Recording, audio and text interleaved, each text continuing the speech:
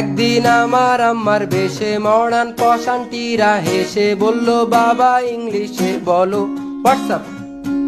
সেই থেকে এক ইংলিশ ভার্সন ভূতের আসর পড়লো ভীষণ। না ইংলিশ না বাঙালি, আমি বাংলিশ হয়ে রই।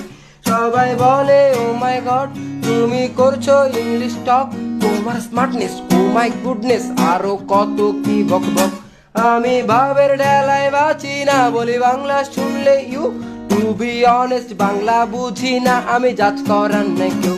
মারে মাম্মি বাপ ড্যাডি বোন রে সিস্টার ডাকতেছি, সবাই মিলে বানাইলো আমায় এক মডার্ন বাঙালি।